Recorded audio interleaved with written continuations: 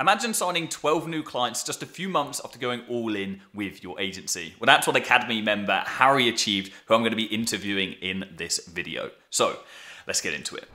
Right then, Harry, let's do this. It's been a long time coming, man. So I'm glad we're on this call now.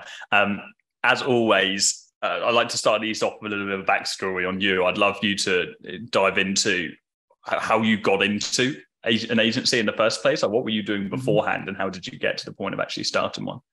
Cool. So it's actually a funny story, really. So I used to work for DPD, and I was like an account manager. So it was a little bit like sales, but never really been interested in actually going into sales. So it was kind of like I had my own clients that I was looking after, had to just sort of upsell them and stuff like that. But what it was at the time, I started up like a reselling business. So I used to resell like designer clothes. So like used clothes, people would wear shoes once or twice, sell them. Like I had one client where he's literally just got money, and basically what he used to do is he used to buy like Dior's, like 980 quid or whatever, and he used to sell them to me for 650 when he wears them once. So he used to just flip them 200 quid on top. And I actually come across your YouTube channel because I was looking to do ads for myself. So when I was running the clothing business, I started like watching what you do, started doing some adverts, and then I actually jumped into the course on Affluent, not even realizing that it's actually to try and help other people run ads and stuff. I just literally bought it on a Black Friday deal, I think, just so I could learn to do the ads for myself. Um, I got up to a point where I think one point I made 14K in a month through reselling, which is really Nice. good. And that was alongside when I was working at DPD. But I don't know if you know about this stuff, but you're not allowed to sell other brands without their permission.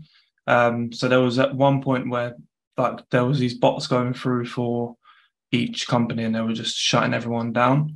So mine got shut down. I did restart it a couple of times, but it just kind of it was taking too long, and obviously you're not supposed to be doing it, so it wasn't really a sustainable business. But I realised that through the skills I've learnt through Affluent and been able to run the ads now for my own company, I just sort of leveraged my network.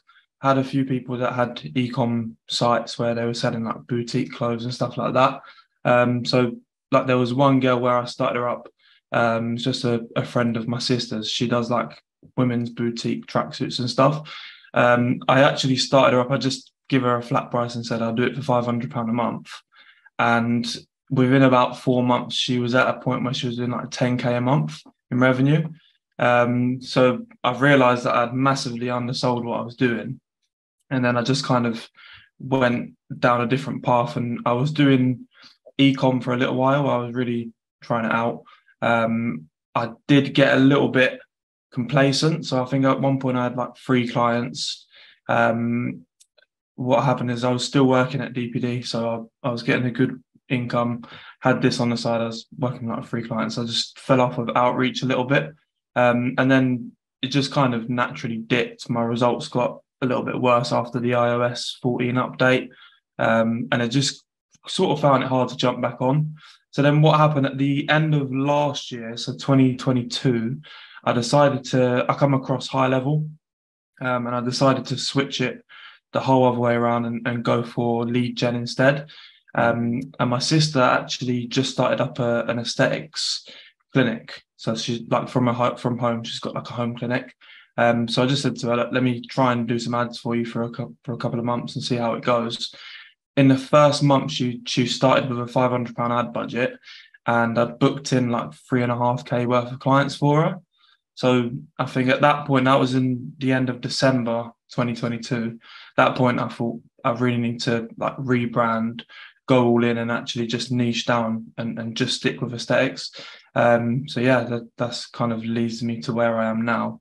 Obviously, 6 months down the line, I've been Nice one. working with more clinics, but yeah, just a bit of a That's background. awesome. You must have been the highest paid DPD account manager in the world doing a 14K side hustle on Probably, one. yeah.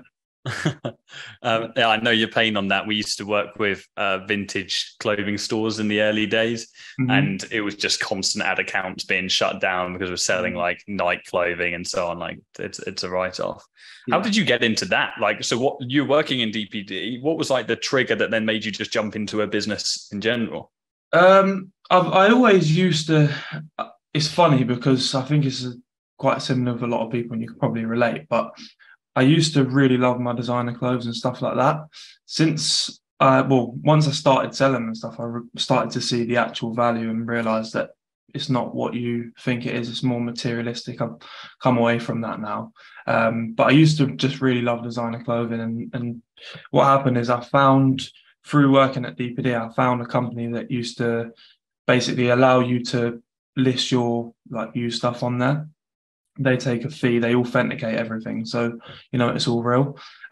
So what actually happened is I think I brought myself like a Gucci bag and some Moncler shorts or something like that, just from that website, just to see if it was legit, and it was. And then I realized like I'd paid like 80 quid for these Moncler shorts, and they're real, brand new or used once. So I realized I can make a business from that. Just made a page and started from there really. Nice, man. Love it. That's cool. It's kind of like it's quite a nice gateway business into the Yeah. agency, really. Like it's not it's a simple service and you're just providing a different one of switching out.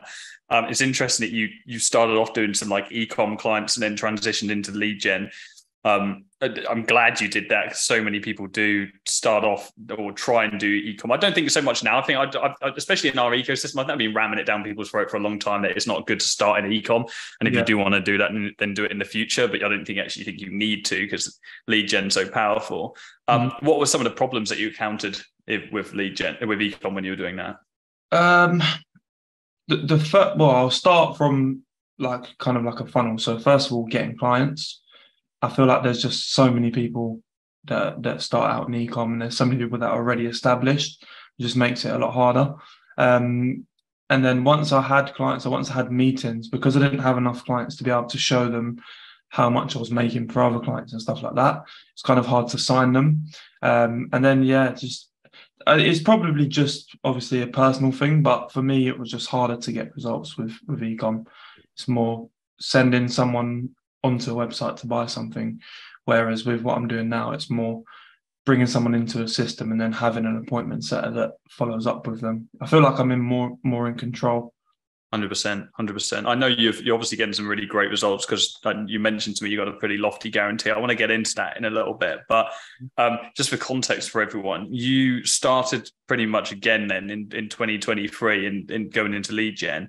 You're now at how many clients? 13, 13 now. Cool, man. I mean, that's amazing in itself Mm. to like get that many clients in that time. Can you run us through um, like what your process has been for outreach and actually getting those clients in?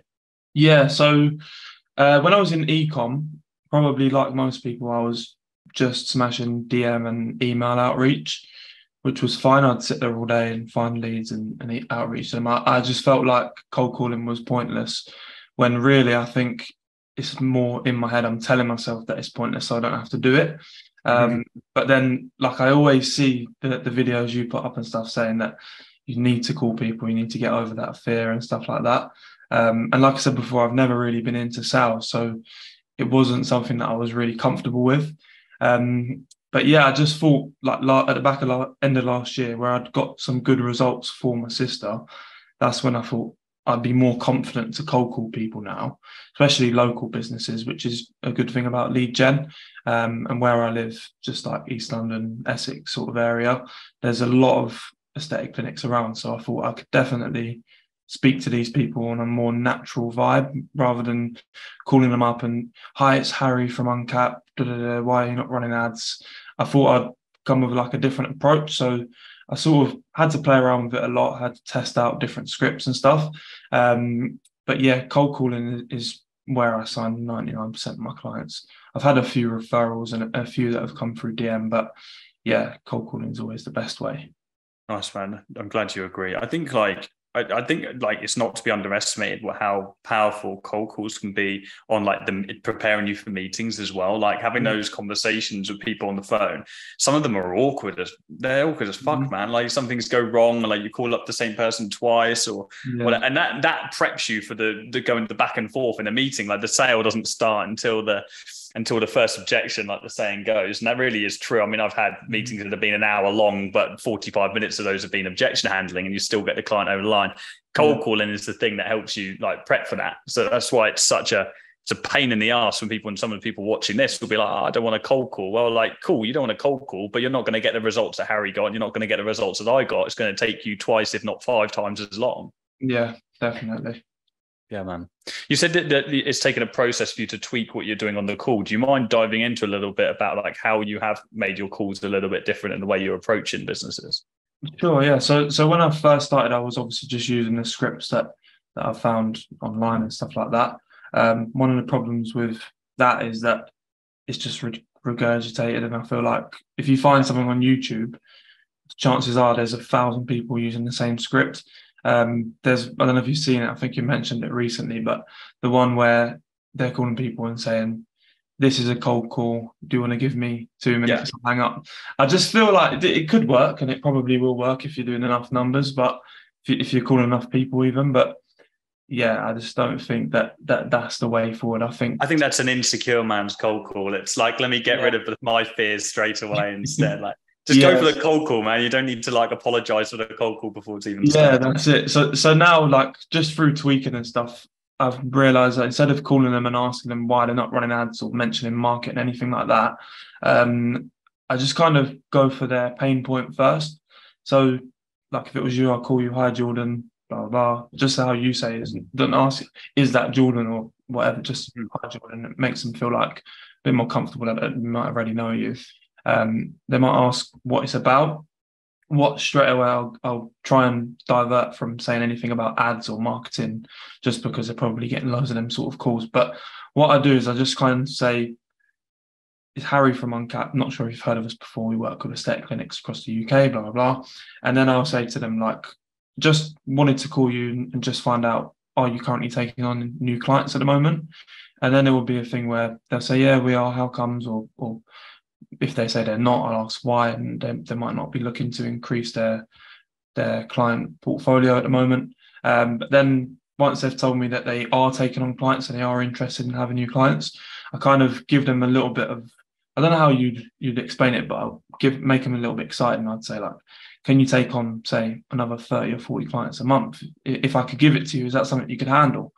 And then straight away, I feel like it sort of plays on their ego. Instead of saying, like where you're asking, can you handle that? They're not going to want to say, oh no, I couldn't handle that, it's too much. They're going to, and sometimes they'll push back, like you say, with the objections, and they say, no, it's too much, we can't take that on.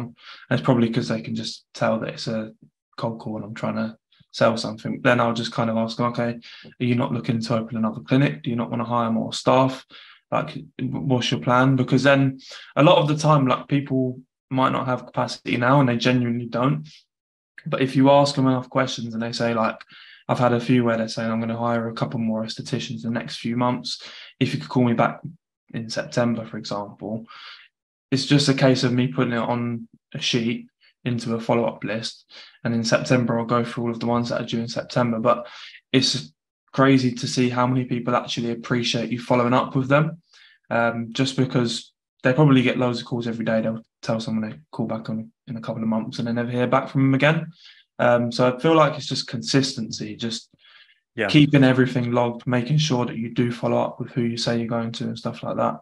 I love the can you handle X amount of customers? I did that recently on this agency series I recorded, and it works so well because like you said, it plays to their ego, and they're like, oh, of course we can. And so then you've already got them there. And when they've said that, so you've got your elevator pitch can come out nice and easily. And if they say no, I think so many people shy away from then pushing back a little bit further. But that's all the fun of it. If someone says, oh, no, I actually can't, we're like, oh, okay, fine. But just out of interest, like, are you just at personal capacity now, or would you have plans to scale the business, or do you want to do that? Oh yeah, sure, we want to scale, but we can't get the staff.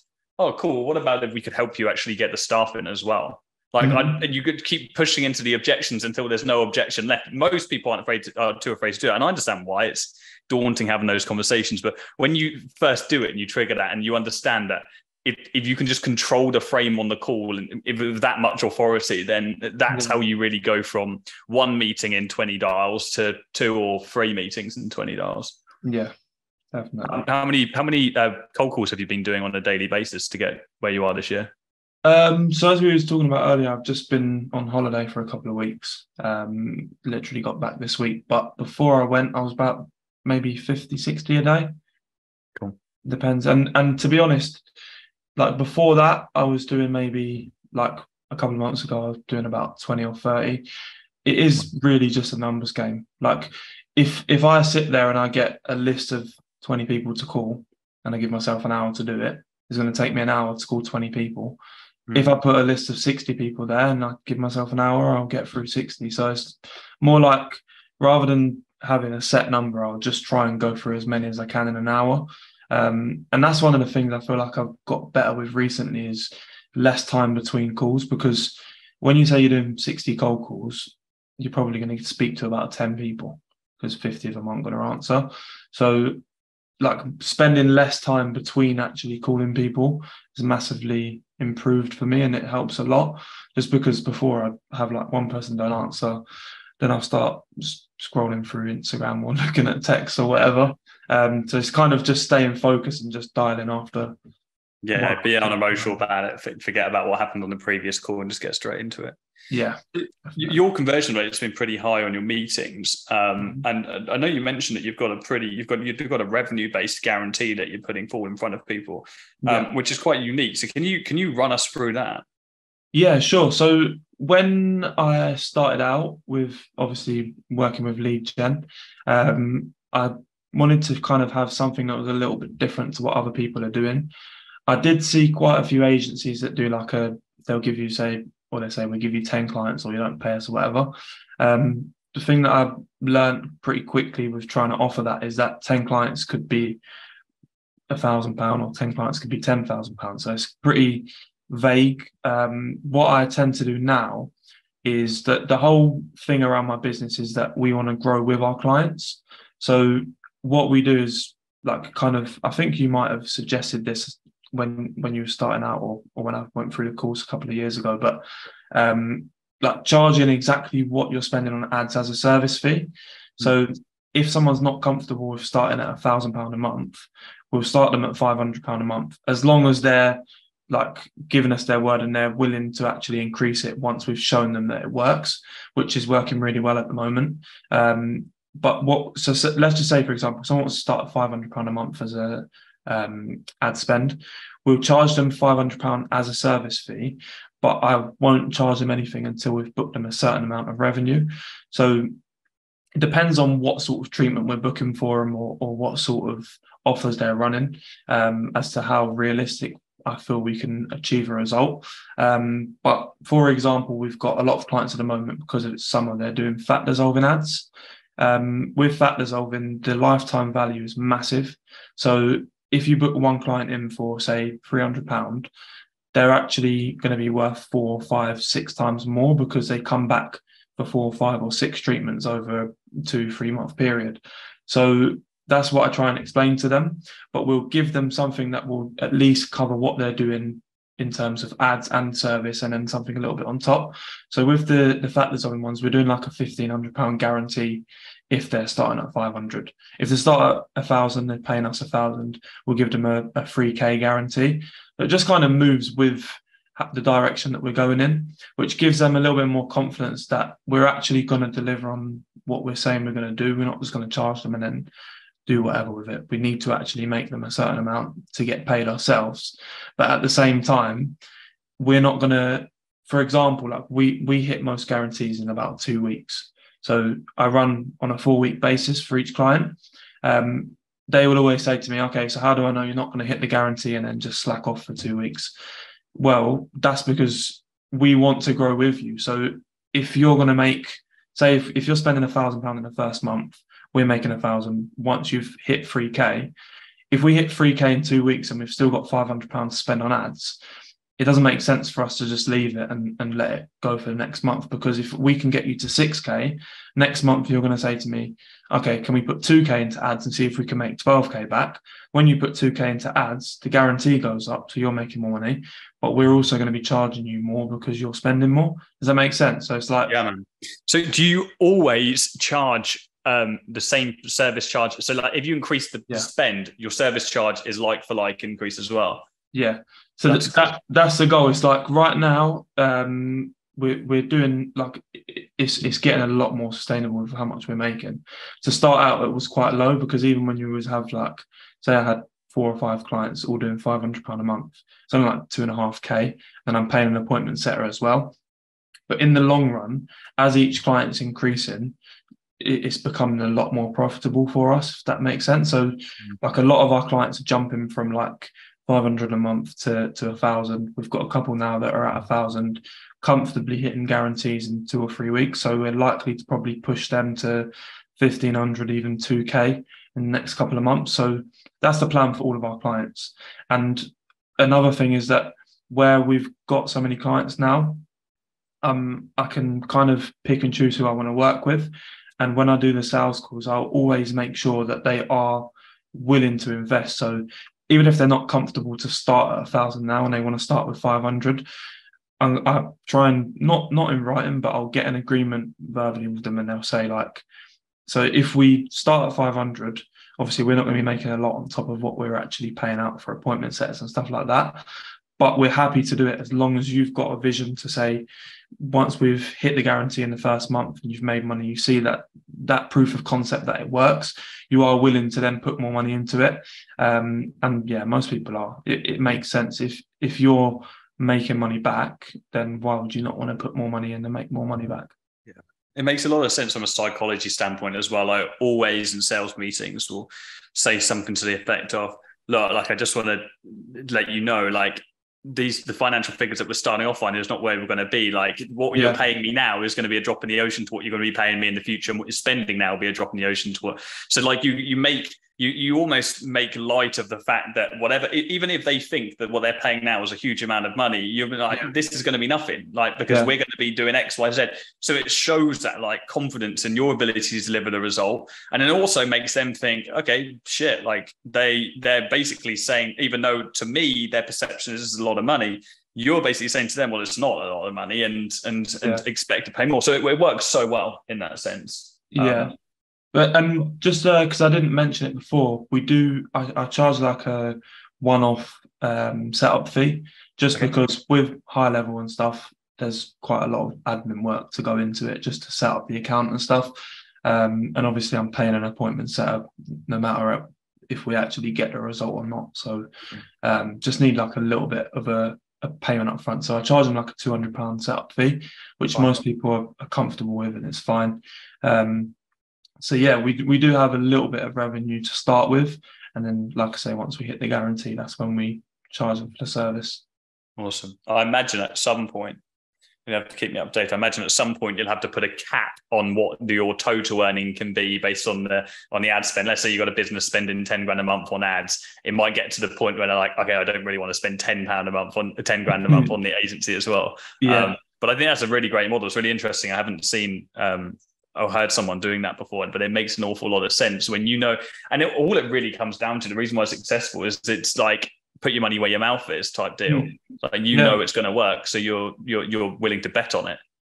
Yeah, and there's been a couple of times where we haven't hit guarantees, and obviously we're just not charging them for it. But what happens then? Do you normally continue working with the client, or does the relationship dissipate? Like what happens? It depends, because if we've got someone, for example, spending 500 a month on ads and the guarantee's 1,500, if they've spent 500 on ads and we've made them 1,400, they're not paying us 500. They're still actually making more than what they would have if we just hit the guarantee. So they usually do tend to stick. And then the second month, we kind of learn enough about their audiences and stuff, and what sort of ads are working to be able to get more leads and actually book them in. There's been a few where it's naturally just not worked. So I started one recently. We worked with them for about 6 months, and it was a permanent makeup business. So rather than aesthetics with like lip fillers and stuff like that. They do like the tattooed eyebrows and stuff. Mm. We tried everything. We were getting loads of leads and it just wasn't really working. So we kind of mutually just agreed that that wasn't working. Now she's actually learning aesthetics at the minute, so she's possibly going to come back. But yeah, that one just kind of on hold, and she's thinking about maybe doing a course as well because she does teach. So she's just thinking of where to go with it. But yeah, I think probably I'd say 90% of the time we hit guarantees. There's not too much of a problem. Love that. How many clients did it take for you to build the courage to like come up with that offer? Because presumably you didn't go straight in with that. No, I went straight. Did you? I went straight, yeah. So just off the back of that first month working for my sister doing the ads, I was just really confident with it. And I think I spoke to you maybe in about February time, and like on one of the Q&As, and I was asking about hiring an appointment setter because I was spending a lot of time calling people up and trying to sell lip fillers to them, and they weren't really comfortable speaking to a man on the phone. And at the time, I think you said to me, like, if you feel like you're going to have more time to actually find clients and grow the business, even if it means that all of the money you're making is going to the appointment setter now, it's worth it in the long run. And I've definitely seen that. Like at the moment, I've got Kathy. She's my main appointment setter. She's lovely. She's really good. But I'm looking to hire another one now because it's kind of getting a little bit too busy for her. And I might try and split it up so that like I was going to do it per account, so like they have maybe like 7 accounts each or whatever. But I think Kathy works better in the evening. So I might have like an appointment setter that does all of the morning calls and keeps up with the messages in the daytime, and then have Kathy in the evening because that's where most people are answering, and she's more experienced with it now. Nice, man. Nice. Is it just you and the appointment setter? At the moment, yeah. So that's interesting. So, but you've got 12 clients. Being on high level and it being lead gen, is the strategy pretty can you replicate it quite easily across most clients? That's what makes it so scalable. It's just essentially copy and pasting ads with different offers and different treatments, really. Fine. Nice. It's simple. It's an ideal setup. That's cool. And so then, I mean, there's many people who watch this and they even have like 5 clients or even 4 clients, and they'll make the excuse they don't have the time to actually be selling. I mean, regardless of, even if you worked at e-commerce and you had 4 or 5 clients, you still got the time to sell, just as an excuse people make. But I think it's really good for people to hear that you've got 12 clients and you're still smashing out dials. You just come back from holiday and you're going to be back on the phones like yesterday, you know. So I'm thinking about hiring a media buyer to run the ads, just because that means that I'm not having to worry about appointment setting or running ads, and I can literally just focus on growing the business. Because I want to start up I've started a YouTube channel, but I just genuinely don't have time to sit there and edit videos and stuff. Whereas if I've got someone running ads for 12, 13 clients, it gives me a little bit more time. So yeah, I'm probably going to do that in the next few months as well. Nice. That makes perfect sense. You just come back from a 2-week holiday. How was that? That was the first holiday since you've kind of made this shift in the agency, isn't it? I went away in February, but I only had like 2 clients at the time, so fine. It was pretty. Doesn't count. Yeah. How was it now that you've got like a bunch of clients? Did you tell them beforehand? How did you prep for it? But the thing is like, where I'm not setting appointments for them anymore, and I've got Kathy doing it full time. She's literally kind of handles relations with clients in terms of who we're booking in. I'm on the side of actually speaking to them about what offers we're running and stuff like that.